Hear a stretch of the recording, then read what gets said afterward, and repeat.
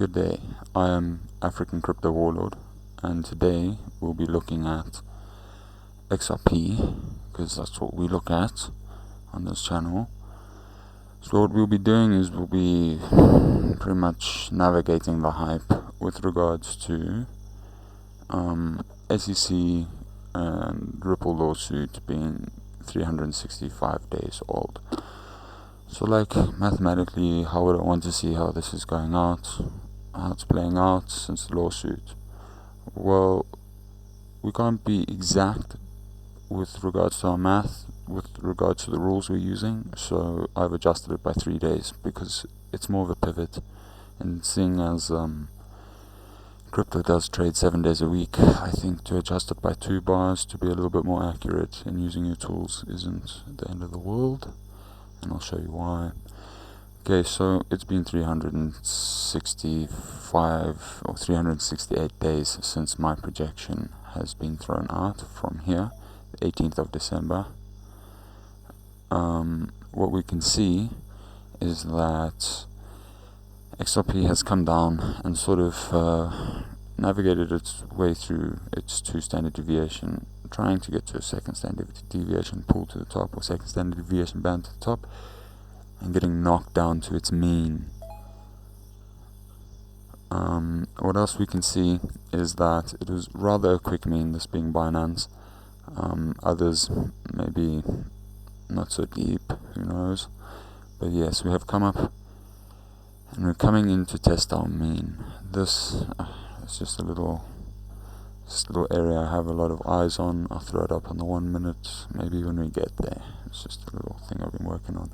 So we're a little bit out here. If we were to carry on, let's say, trying to pull off this parabolic move, I think we'd be testing $1.02. This, interestingly enough, has been called out in a previous stream earlier today, so it's nice to see that a few different techniques sort of pull together the same sort of general price action areas. So what will we be doing today? We will be navigating our anti-hype zones. Okay, so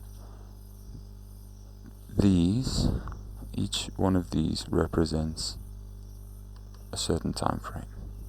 Okay, so what we can see here is my daily bands are dots or circles. Okay, and my weekly volatility zones are the crosses, so the shapes that look like this. My monthly ones are my dots, which form a line. Okay,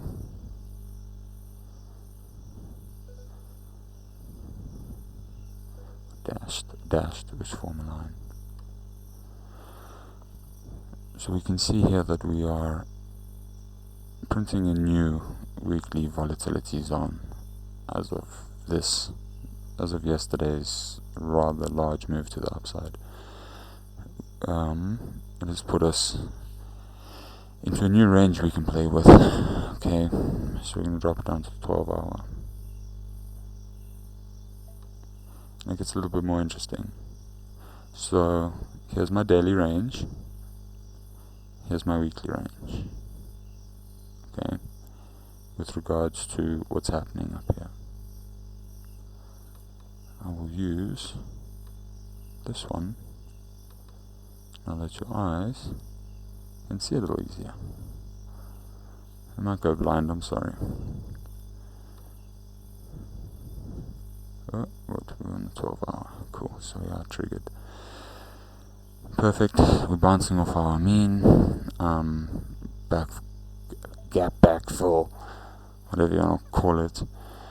Who cares? It doesn't matter what it looks like. It just matters if it touches my lines and carries on doing with what I think it is going to be doing, statistically and probability wise. Okay, so moving on to 4 hours, we can see we are getting trimmed up by a daily range over here. I would expect this to be our overnight range. Okay, well, maybe to the open. I know it sounds ridiculous, but seeing as we have just rocket shipped out of a little bit of tight squeezing and some consolidation in some of these areas, and we've pushed through like this, I would say with regards to this coin, to be seeing it try fight for this zone, it's not a bad thing to do. We have had tight volatility ranges in the past over here, so expect there to be market memory. Our next higher time frame means would be towards the upside here, but that we can look into for later. It's gonna have a longer fight, so we'll drop it down to the 15 minute. What have we got here? So I'd say in order for us to stay bullish, we'd maybe need to print a daily above 92. Okay,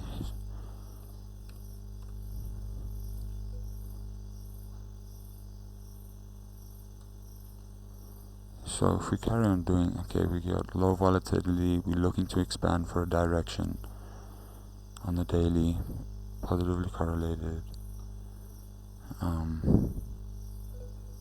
This is our only little catch. We haven't mean reverted yet, but it doesn't mean that we can't be putting in a little local top off of this previous price action. So considering there's another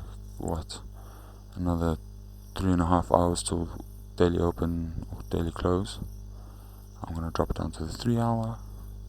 I'll go play around here, see what we're doing. So what I'll be paying attention to is, okay, we got 3 hours to close. We have we're very random right now, so we're looking to expand and find a trend. So far we've got a little bit of a green pop. We've got our percentiles. It's like different period lengths. So percentiles, they're starting to cross over. I really do like to play these. I would have hoped for a flash and then we've crossed up. But that's, you can take what you can get. Our returns are positive, are to the upside. So yeah, generally bulls can start setting in some higher term divs if they can start maybe keeping it at above 93 200 0.93 cents, and our mean being 92 cents. So this will be our range that the bulls will have to be fighting over. The bears keep it below. I expect us to come again and come test this area here, see what we can do on the other higher time frames. I would be hoping that the lower time frames start to turn around, hoping for the 3 hours case for the lower time frames to turn around. As to support this, we're going to be moving into a little bit of an outlier event here, so this could be a wick coming up to the downside. Let's have a looky see. So we are still highly random. Return to the downside. So APP's flash down. Okay. But we aren't as of yet trending. We have low volatility. We're looking to expand. We're looking for a direction. Okay, so it looks like we sort of like meaned out here. So as I was saying, maybe we just work this region for the next couple hours. You need a lot of work to carry on moving, not necessarily. We're looking for some follow through here. We're looking for some expansion on, let's say, like our, I don't know, I trade such low time frames. So this is like a swing trade to me over here, but I have a shorter time frame one just setting columns so I can see some follow through, hopefully to the upside. We're starting to expand a little bit blue, so we're looking for the trend. Here's our APP flash, a blue flash that I really like, and we're expanding away from it. Volatility is a little bit mid-ranged. So we have got a little bit more room to expand to the upside. So I'd run with that, but as I say, we've got to defend these regions for any of that to happen. mean reversion to the downside. It's going to be a fight over here. Maybe expect a lower time frame to throw a hidden bull if they can work it in here, as we've had here somewhere. Yeah. So, let's work this range, see what the 7-day has to say. It's going to be obviously a bit green because it's a bit to the upside. When did we print our new 7-day? The 17th. So maybe 48 hours-ish away to closing what we have here, which is not too bad. What's our volatility looking like? We've got some low, cool, that is nice and steady. We've got some expansion, hopefully to the upside. This starts to become positively correlated, but there are a few tricks to this, so we could maybe see a little bit more flow to the upside.